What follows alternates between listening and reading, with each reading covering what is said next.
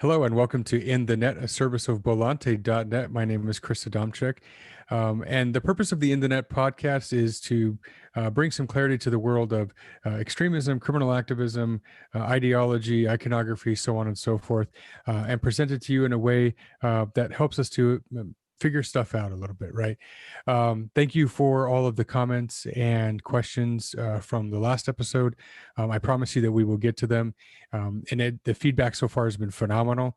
So thank you very much. We really, truly want to provide information to you and to all of our Belanti.net customers, if you will, so that we can do better, so that we can help each other be better and help each other maneuver this world that we're in. Up to this point, we've talked about apophenia, right? We've talked about iconography, and we've talked about symbols.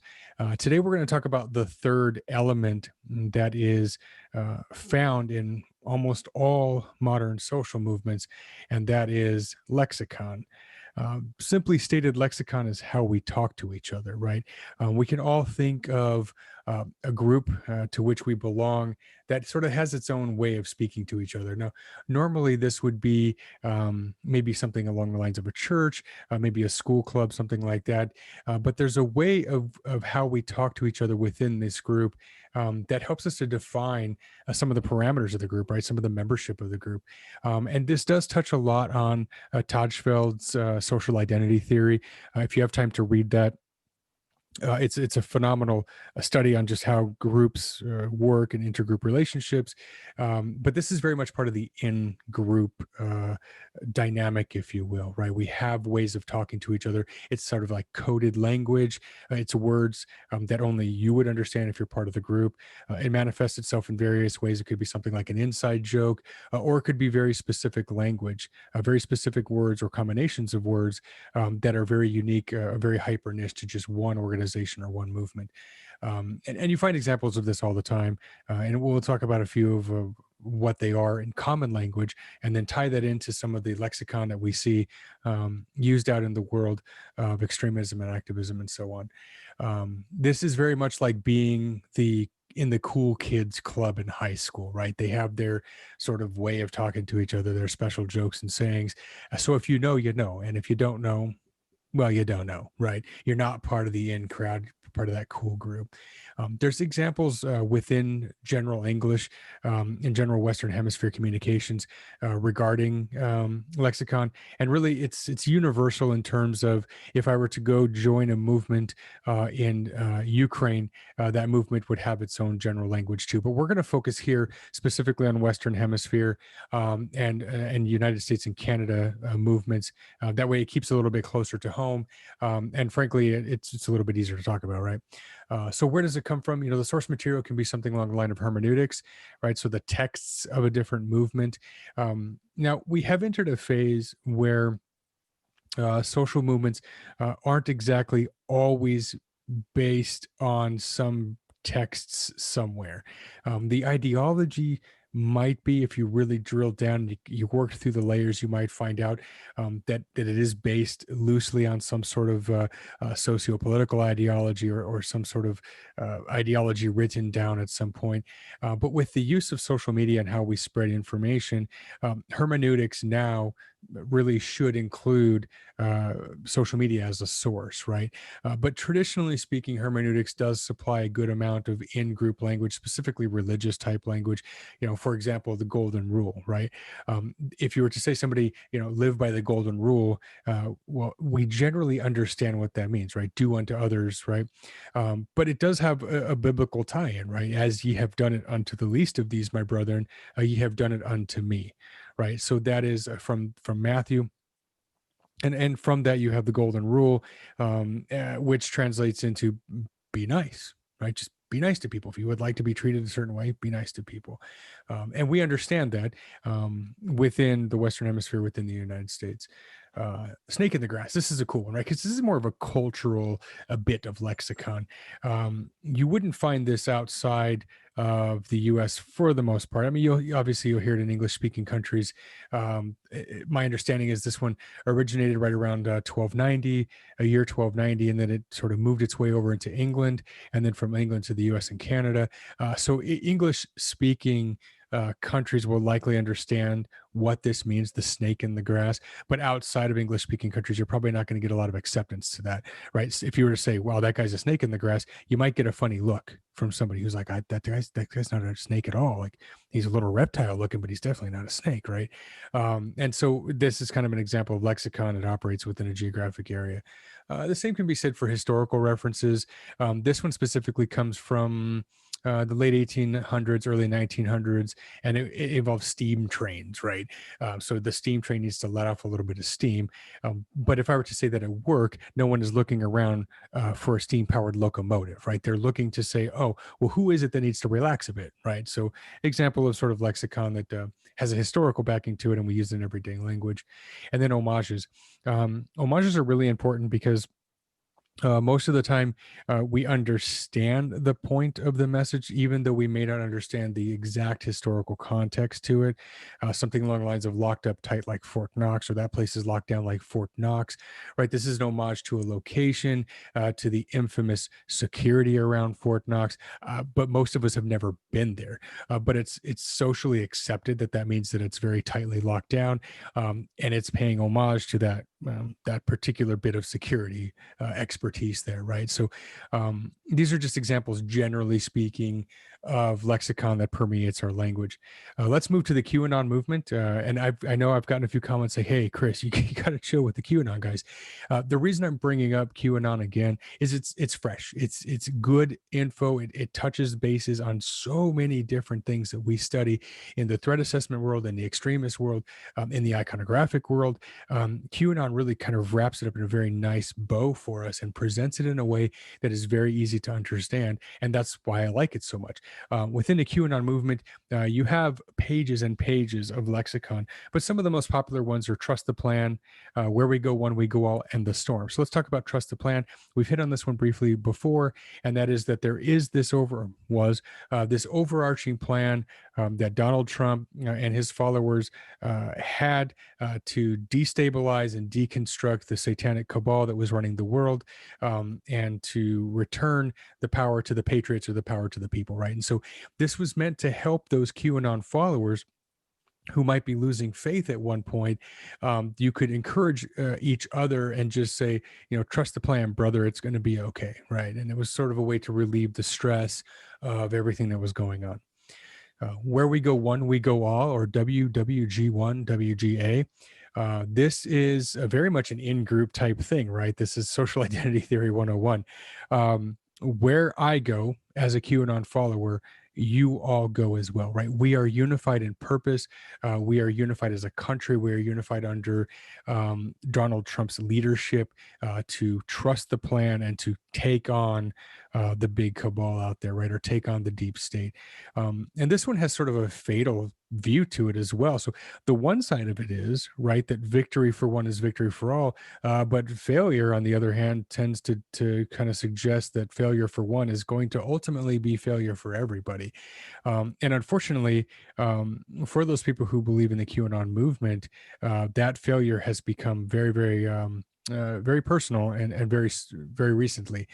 The election of Joe Biden was not supposed to be part of the plan, and then definitely his inauguration was not supposed to be part of the plan. If you really follow QAnon to the extent that many people do, Joe Biden was supposed to be arrested along with Nancy Pelosi and many other people the day of his inauguration, and that did not happen. So that this does have like a fatalistic view to it. The where we go one, well, we go all. The storm, and we've talked about this in the past, the storm is the day of reckoning, right? When the plan will be executed, and all of these global cabal conspiracy folks will be taken down, and the world will become a better place again, right? So just a couple examples of that from the QAnon folks. The American left has a lot of lexicon, and well, the left wing movements all over the world have a lot of lexicon. American and Western Hemisphere lexicons, as it pertains to anti-fascist organizations, is pretty rich. I don't think it has the depth of some of the other social movements that we've looked at, but it does have a considerable amount of meaning, and it is deep to a certain extent, right? This one, first one, be water. This was adopted from the Hong Kong protesters, and essentially what that means is just be fluid during a direct action. So, for example, if the police skirmish line moves forward and breaks up your element, allow the element to split and to disperse. But then as soon as the police retreat, make sure that you go back and you fill that space, right? So be fluid. We saw this a lot up in Portland. We saw it a lot with DC protesters, and it became a very interesting and very used piece of lexicon during the George Floyd uprising in the middle of 2020. Block up. So this is an old school callback to the anarchist movement. So this technically could be an homage type of lexicon. It could be historical, and what they're referencing here is the black bloc. So this is old school 1980s, 1990s anarchists who would dress up all in black, and then they would be the ones that would carry out the criminal activity during a protest, right? So, but what we've seen though is that the black or block up statement or bit of lexicon has been used a lot during the George Floyd uprising. But it's basically a warning to the protesters, hey, we're going to go out and the black bloc is going to create some trouble. So cover your faces, cover your mouths, make sure there's no identifying features, no tattoos, nothing like that. It's almost like the quote unquote Antifa uniform, right? But it's really not. It's just saying block up, meaning black everything out, make sure you're not recognizable, don't live stream your buddies in the middle of a direct action, and just be prepared for action, right? No leaders, no masters. Again, has some historical context to it. If for those of you who've been around a while and dealt with the anarchist movement, you'll recognize the no gods, no masters part of it. So this is traditional anarchy, right? Throw off all forms of hierarchies and just become autonomous movements. This was adopted last year and is still used to a certain extent within the anti-fascist movement here in 2021. Essentially, again, we don't need leaders, we don't need masters. We are autonomous groups. We move by consent, and we carry out the mission of the day based on whatever perceived oppression needs to be smashed that day, right? So the action really dictates the action. We protect us. This became really popular again in 2020, specifically the summer of 2020. And this is a sort of fatalistic view too, right? So the social movement itself decides that they're the only ones there to protect each other. No one's coming for them. The police are not helping them. NGOs are not helping them. They've got to be there for themselves. So we protect us is definitely a call about a recognition of the fact that they're alone in this direct action. You can see a couple of examples here that I pulled off the internet. I did not talk about ACAB or All Cops Are Bastards, but that's a long running left-wing piece of lexicon.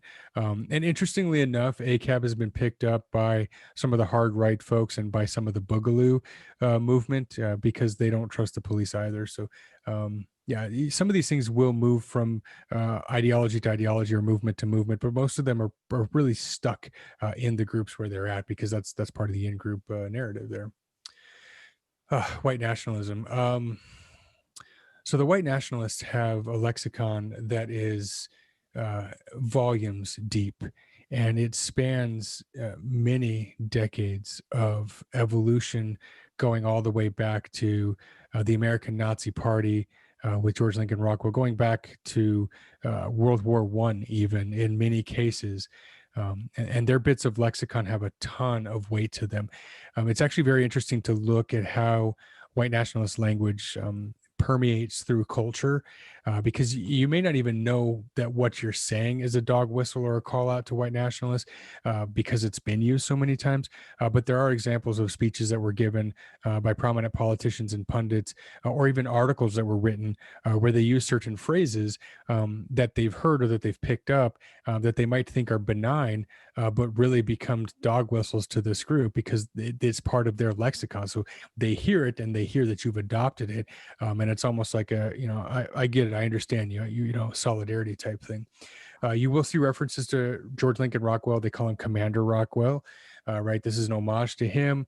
And anytime you see this, typically it's going to come with a piece of advice afterwards, and usually dealing with some form of bias, crime, or hate speech. Read Siege. You see these two words together. And this is uh, Lexicon encouraging white nationalist followers to read James Mason's penultimate literary exploits as are contained in the book called Siege. From the book called Siege, you will find things like the Atomwaffen Division, Führerkrieg Division, all of those accelerationist movements rely upon Siege. This is like their manual, if you will, for how to conduct warfare on the streets and what the ultimate goal is, which we've talked about before, which is the rise of a white ethno state. Of course, the system has to collapse first, and that's really what Siege addresses. So this tells younger recruits or people that are coming into the movement that you need to read Siege to have an understanding of what it is that we're all about. There's no political solution. We talked about this one in a previous podcast, specifically as it pertained to the 6 men equipment logo or symbol that was on the shirts. And this actually spans left and right. Extremists on both ends will use this one. And what this is saying is politics has failed us. Democracy has failed us. Western liberalism has failed us. And so the only thing left is violence. Right. So it's a way of saying that violence is necessary without saying it outright, because, of course, they don't want to get caught by law enforcement. So they're going to use sort of coded language like this. LARP or LARP. If you're accused of being a LARPer, that means you're not to be taken seriously. White nationalists like to make fun of the militia movements or the 3%er movements because they'll show up with their long guns and their tactical gear and patches and hats and stuff like that. And the white nationalists are basically saying, look, you're just a live action role player, a LARP, right? You're not really going to do anything with that rifle. In fact, if the government were to start shooting at you, you would probably just lay down your weapon and be done with it. And that's because a LARP is a person who does not have conviction, right? They're not there for the actual cause to overthrow the government or to bring about the white ethno state. They're just there to show their guns off and be tactical, right? And so you'll see LARPing comes up, and not just in the white nationalist realm, by the way. LARPing comes up a lot within the right wing overall, and it really is a way to poke fun at people and say, you're not really serious about this movement. You just like to be seen with your guns and your gear and stuff like that. Along the same lines, you have movementarians. So this is sort of a newer bit of lexicon that's come about over the last 18 months or so. And what this is your deep-rooted white nationalist organizations are not really organizations at all. They're individuals who are organized around the ideology of crushing the current system of governance and bringing about the white ethno state. And they really reject belonging to groups like Atomwaffen Division or Patriot Front, or even the Groyper movement, right? Because if you belong to a movement, then you can easily be tracked by law enforcement. And if you have a hierarchy, you're beholden to that hierarchy within that group. And if the hierarchy gets taken down, in order to save their own skins, they're likely to get to snitch all of the rest of the members out, right? And so your really hardened far right white nationalists do not belong to movements as it pertains to groups. They belong to an ideology. And they make fun of those people who belong to groups by calling them movementarians, right? It's just a way to poke fun at them and say, you don't need this, right? And honestly, if you were a true student of Siege, if you'd read George Mason, and if you understood the spirit of George Lincoln Rockwell, you would not belong to a movement. You would be your own individual soldier in this great white nationalist cause that's going to bring about the end of times and so on and so forth. It's very much accelerationist theory, which we are going to talk about later on, because it's worth the time to discuss what accelerationists are and why they're so dangerous. And those would be the type of people that'd be like, yeah, we're not movementarians. We don't belong to any xgroup.com, something like that, right? Because they don't want to be tracked or arrested. So just like anything else with iconography, with symbols, lexicon is important. It's always been the key to understanding a movement, to understanding extremism, to understanding radicalization, and it always will be. If you can take an ideology and you can comb out the iconography, the lexicon, and the symbols, then you really get to the soul of that movement, and you have an understanding of what it is that that movement tries to accomplish. Now, we get hung up on the extremist side of things, but really, like I said, you can find symbols, iconography, and lexicon in every single social movement. Even the most benevolent of social movements will have these three things in there, because that is the purpose of the movement. That is what they rely upon at the end of the day to keep them going forward. So never just gloss over symbols or iconography or lexicon. Always take the time to learn them, and to get a fuller understanding of what it is that this group is getting at. So again, thank you for all of your time, all of your comments.